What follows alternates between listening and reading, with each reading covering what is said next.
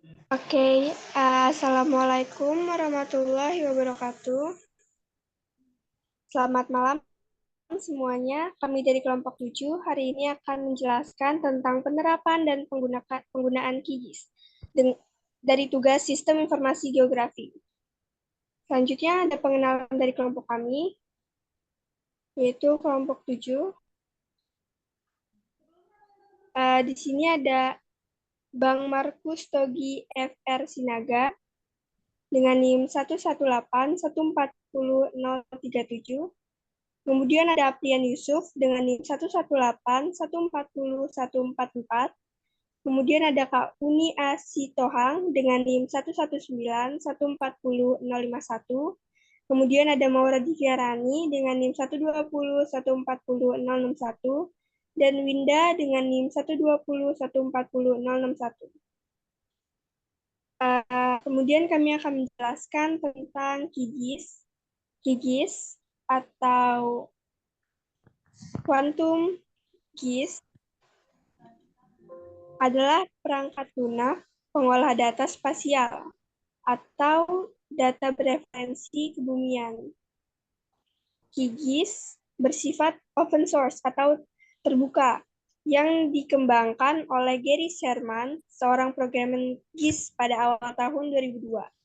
Kemudian, pada tahun 2007, QGIS menjadi proyek inkubator open source geospatial (OSGeo) Foundation, di mana QGIS sebagai pengolah data spasial juga memiliki beberapa kemampuan, yaitu diantaranya mengolah data, raster dan vektor, digitasi dan editing, analisa GIS atau buffer intersection, kemudian ada query. Selanjutnya akan dijelaskan oleh rekan saya, yaitu Winda. Selanjutnya itu ada tujuan QGIS.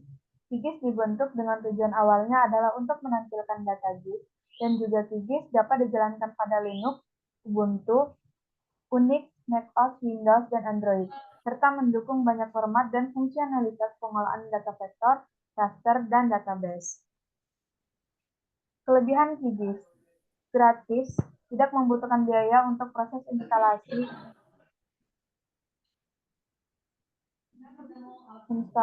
dan penggunaan program. Yang kedua itu ada bebas, dapat menambah dan memodifikasi fungsi dalam QGIS. Yang ketiga, terus berkembang. Setiap orang dapat menambah fitur baru dan penyempurnaan aplikasi. Lalu ada ketersediaan dokumen, panduan, dan pertolongan. Pendukung panduan dan bantuan terhadap permasalahan tersedia online dan dapat diunduh dalam bentuk dokumen. Lalu yang terakhir ada multi sistem operasi yang dapat diinstal di macOS, Windows, Linux, dan Android atau versi beta. Data vektor, yaitu representasi geografis dari informasi hidrologi yang disimpan sebagai fitur geografis seperti garis, poligon, dan titik. Setiap fitur mewakili lokasi dan nilai informasi hidrologi tertentu. Penerapan QGIS dalam data vektor. Pada tugas ini kami menggunakan data vektor dalam penerapan QGIS. Meskipun QGIS tidak mendukung untuk menggunakan banyak format dan fungsionalitas pengolahan seperti data vektor, raster, dan database. Selanjutnya ada penerapan QGIS dalam sebuah kasus yang akan dijelaskan oleh Kak Uni.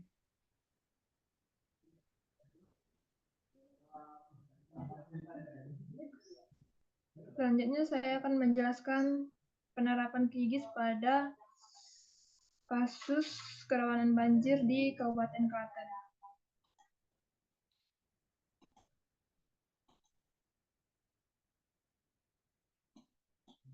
Nah, sebelum itu kita harus mendownload data spasialnya pada link Indonesia Geospatial. Kita buka link, kita cari, terus kita klik download peta, terus masuk ke download SHP peta. Di sini saya setuju dan lanjutkan saja. Nah, kita scroll ke bawah. Di sini terdapat daftar downloadan berbagai SHP seluruh Indonesia terlengkap. Nah, kita terlebih dahulu mendownload SHP batas administrasi tahun 2019. di mana filenya itu ada batas provinsi, kabupaten, kecamatan, desa, atau lurah. Nah, saya sudah mendownloadnya itu. Selanjutnya kita harus mendownload data kerawanan banjir di Kabupaten Klaten. Nah, saya sudah mendownloadnya juga. Sekarang kita ke Kigisnya saja. Nah, di Kigis kita harus membuat new project terlebih dahulu. Setelah itu, karena saya menyimpan file-filenya di data D, maka kita klik saja ini, ada di sini data D, di sini, di sini. Nah, saya menyimpannya di tugas SIG. Nah, kita klik geologi, kita masukkan ke layer. Nah, hidrogeologi juga kayak gitu, sama jenis tanah. Selanjutnya, kita klik jenis tanah, masuk ke vektor untuk memasukkan intersection-nya. Di mana intersection itu untuk menginputkan layernya, yang dimana datanya itu data geologi. Yang pertama itu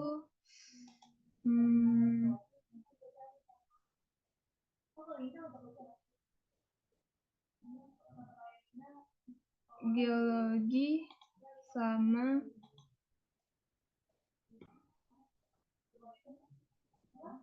geologi.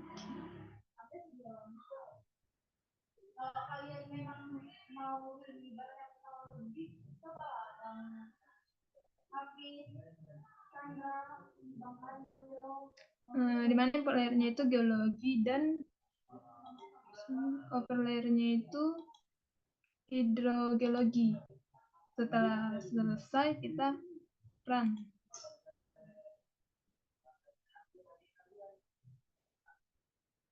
Nah, setelah selesai kita close saja. Terus kita lanjut ke hidrogeologi. Terus masuk ke vektor sama seperti tadi.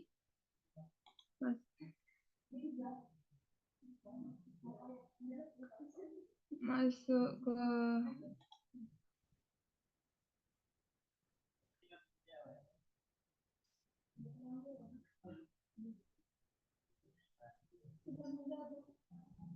ke intersection dan upper layer-nya itu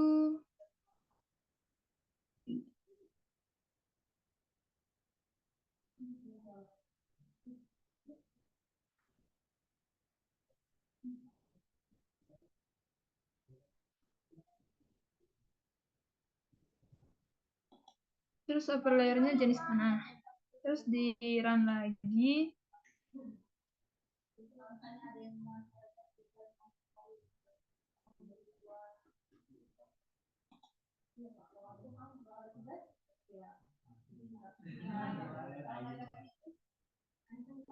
Nah, setelah run-nya selesai, kita close saja. Nah, selanjutnya kita intersection lagi yang ini, karena datanya ada 3. Yang ini, bentar. Yang ini kita ganti namanya jadi, kita rename namanya jadi hidrogeo tanah. Nah,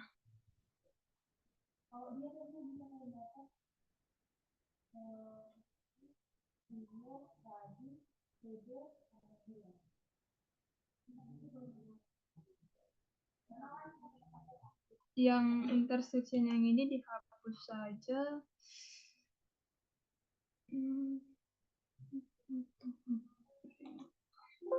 Di remove saja. Selanjutnya kita ke hidrogeotanah.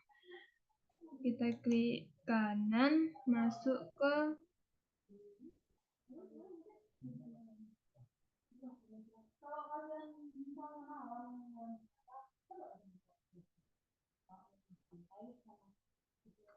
masuk ke export, terus masuk ke save features as. Nah, di sini kita membuat file name-nya yaitu hidrogeotanah. Terus yang layer option-nya ini yang resize-nya kita yes-kan saja. Terus filenya akan kita simpan.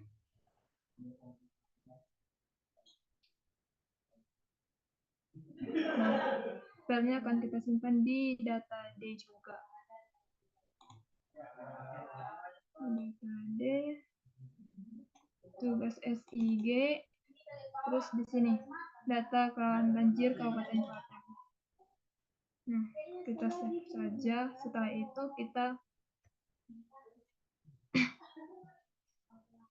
kita okekan saja. Nah, setelah itu kita hapuskan saja hidrogeotanah yang satu ini.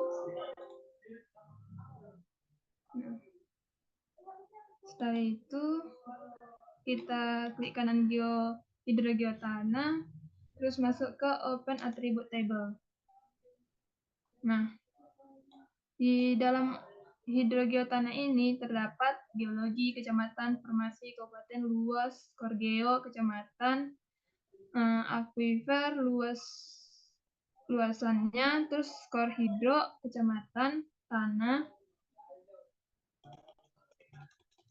terus skor tanah. Nah, setelah itu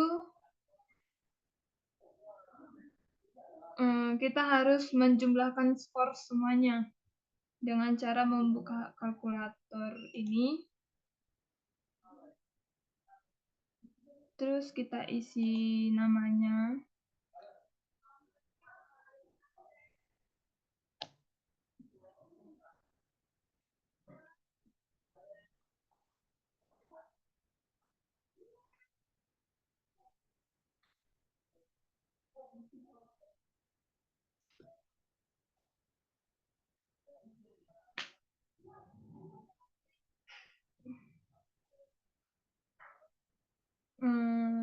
Maaf, tadi untuk output file name-nya itu namanya itu total score. Nah, kita harus memasukkan di sini terlebih dahulu di mana yang kita masukkan itu supaya bisa menjumlahkan semua skor itu. Maka kita ketikkan di sini skor geo ditambah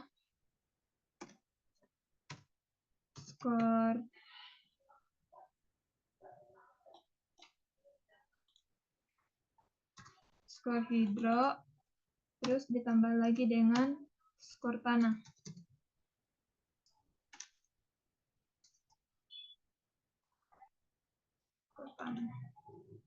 Nah, setelah itu kita okekan saja. Nah, sekarang skornya ada di sini. Total skornya ada 9, ada 13, ada 12.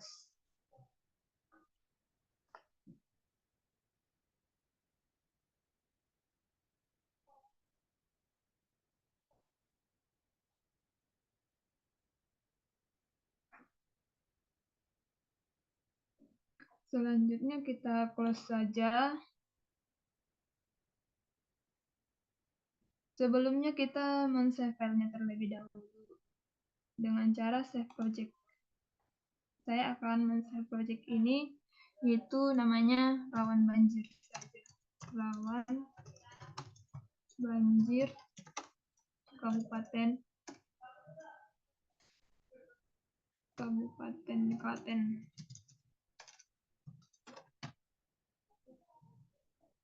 Nah, kita save saja.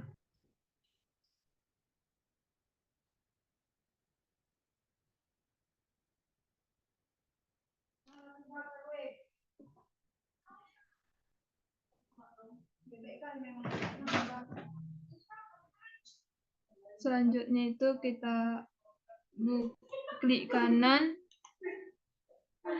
hidrogeotanah, terus buka properties,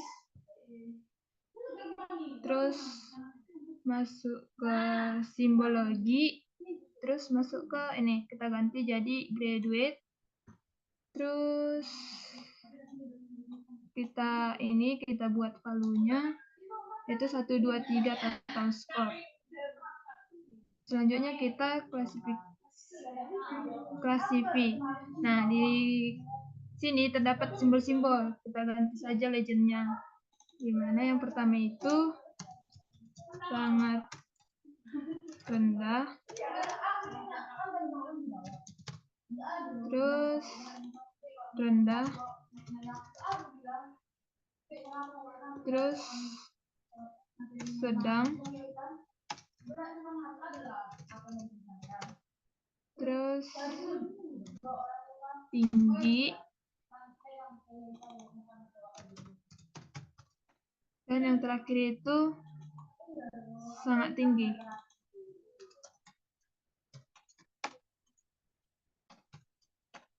Nah, setelah itu kita aplikasikan saja.